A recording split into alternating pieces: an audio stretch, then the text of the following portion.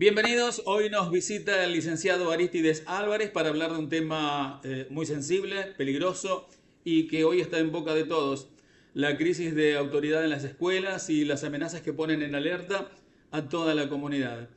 ¿Qué nos pasó como sistema? ¿Por qué los padres se sienten de manos atadas? De esto y mucho más hablamos con él. Arístides, un gusto saludarte. ¿Cómo te va? Muy buenas tardes. Bienvenido. Hola, ¿cómo estás? El gusto es mío. Aristides, vos describís a las escuelas atravesadas por el miedo. ¿Qué es lo que cambió en este último tiempo para que el rumor o la amenaza digital se conviertan en un peligro físico real dentro de las instituciones? Las escuelas están atravesadas por el miedo, por la inseguridad. La escuela era quizás uno de los espacios más seguros hasta hace un tiempito, ¿no? Era el lugar de encuentro, el lugar de paz, el lugar de aprendizaje, el lugar de hacer amigos, de hacer compañeros, de compartir cosas, experiencias, aprendizajes, viajes, visitas, charlas, etcétera. Hoy la escuela está, encuentro, ¿no? En mi recorrido, docentes, por un lado, muy agotados, muy cansados, muy maltratados por la sociedad en general y por el Estado provincial, no municipal, que es el que tiene a quien están a cargo los docentes en las escuelas. Maltratado en el sentido no solo salarial, sino también por otras cuestiones que tienen que ver con un destrato más que un trato. Entonces, ¿qué encuentro? Docentes que dicen, y no, ¿qué me voy a meter si capaz que salgo mal parado? Salir mal parado significa a veces te separan del cargo, te castigan de alguna manera, o el castigo hasta puede ser físico o verbal por parte de la familia. Ha pasado muchas veces. Entonces, estos docentes, ¿cuánto más le puede exigir de que se involucren? Por otro lado, encuentro alumnos muy solitos, eh, solitos navegando por internet. De repente, en la pandemia se le ha dado, para ser gráfico, Bernardo, usando el término navegar, le han dado, algunos le dieron una lancha con motor, otros le dieron con remos, otros le dieron un yate y los largaron a navegar solos. Tomá, navega. Esas lanchas son los celulares, ¿no? Entonces ya no pasa si el celular es un iPhone o un Motorola viejito, todos tienen la capacidad de navegar por internet. Y esto no lo podés hacer solo. Yo no le daría a mi hijo una lancha con motor si él no sabe navegar por el río, si no tiene carnet para navegar, si no está habilitado. Entonces lo que ha pasado es que se lo han dejado solos. Entonces estos pibes, al no encontrar diálogo de confianza con los adultos, ya sea docentes o familias, se meten en internet y ahí pueden ser presa, porque están en una situación muy vulnerable algunos, de estos depredadores que hay en internet y que están haciendo de las suyas casi sin ningún tipo de control. Un ejemplo es este grupo donde se metió este pibe de San Cristóbal, otro ejemplo es el grooming, que es cuando los adultos acosan sexualmente a los pibes y a las pibas. Otro ejemplo son las estafas, otro ejemplo son las apuestas, los incitan a apostar, los incitan a vender parte de su cuerpo en forma de fotos o de videos a cambio de dinero, los incitan a hacer retos virales, donde pueden autolesionarse o lesionar a otros a partir del cumplimiento de un reto viral. Bueno, hay de todo ahí. Los pibes navegan solos, como te decía, y bueno, ya estamos viendo las consecuencias. Nadie imaginaba que en Argentina íbamos a estar hablando de lo que pasó en San Cristóbal y después, viste la ola negativa que hubo después de que los pibes en broma ponían los vamos a matar a todos, no vengan mañana. Todo esto que pasó en todo el país, y que yo creo que esto va a pasar, va a ir cediendo.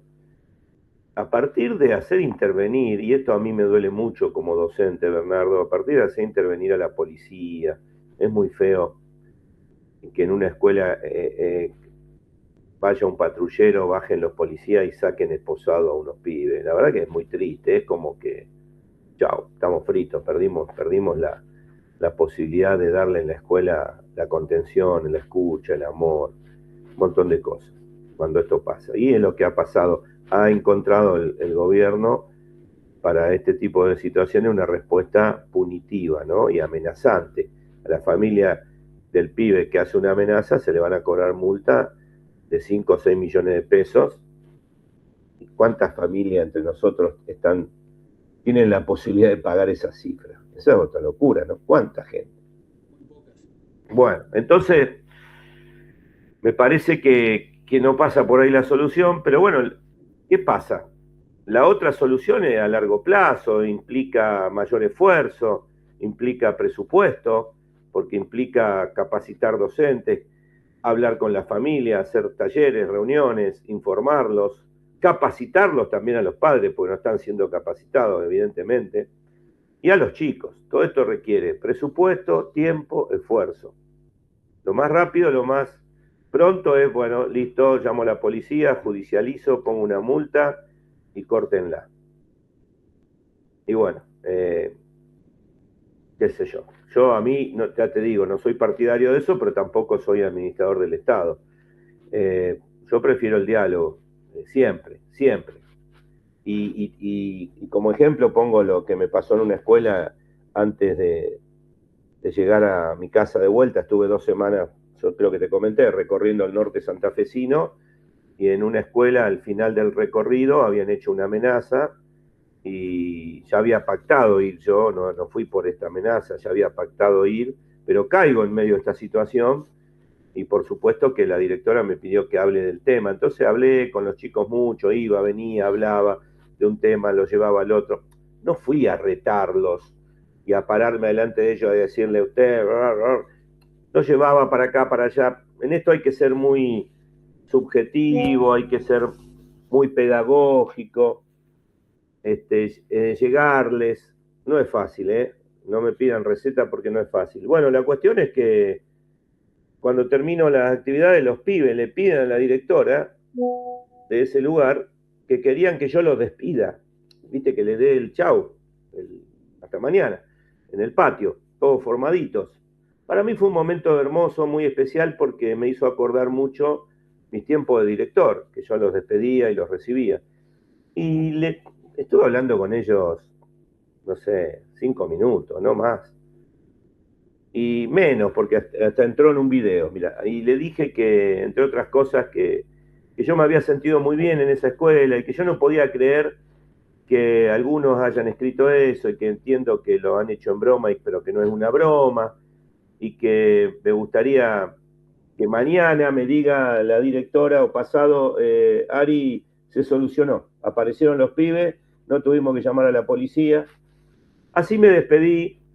Ellos se despidieron, me fui al fondo de la escuela, que tiene un patio enorme, hermoso, y mientras estaba ahí tomando unos mates, veo que 2 pibes pasan y van a la dirección. Bueno, eran los autores de esto. Y le fueron a decir a la directora, fuimos nosotros, y con eso destrabaron el conflicto, destrabaron el protocolo que había que hacer, que era esto de llamar a la policía. Y, Digo, y no ahora que sé lo si... mencionaste, Sí. ¿ese gesto es una excepción o es el camino para desactivar No, la no, violencia no. antes de que escale? No, yo creo que es el camino. No quiero decir con esto que si yo voy a toda la escuela se van a destrabar los conflictos. Pecaría de orgulloso y de soberbio. Pero que influyó, influyó. Influyó, y también, por supuesto, la actitud de la directora, muy del diálogo, muy preocupada. Y una mujer que estaba llorando, Bernardo, cuando yo llegué. No es broma. Ella se cargó en su mochila todo esto. Entonces, eh, insistimos con el diálogo. Cuando se agote el diálogo, vayamos con la justicia. Pero me parece que el camino es ese. Ahora, lo que yo te decía, ese camino es más largo, es más costoso. Entonces, ¿estamos dispuestos a hacerlo? Ese es el otro tema, ¿cierto?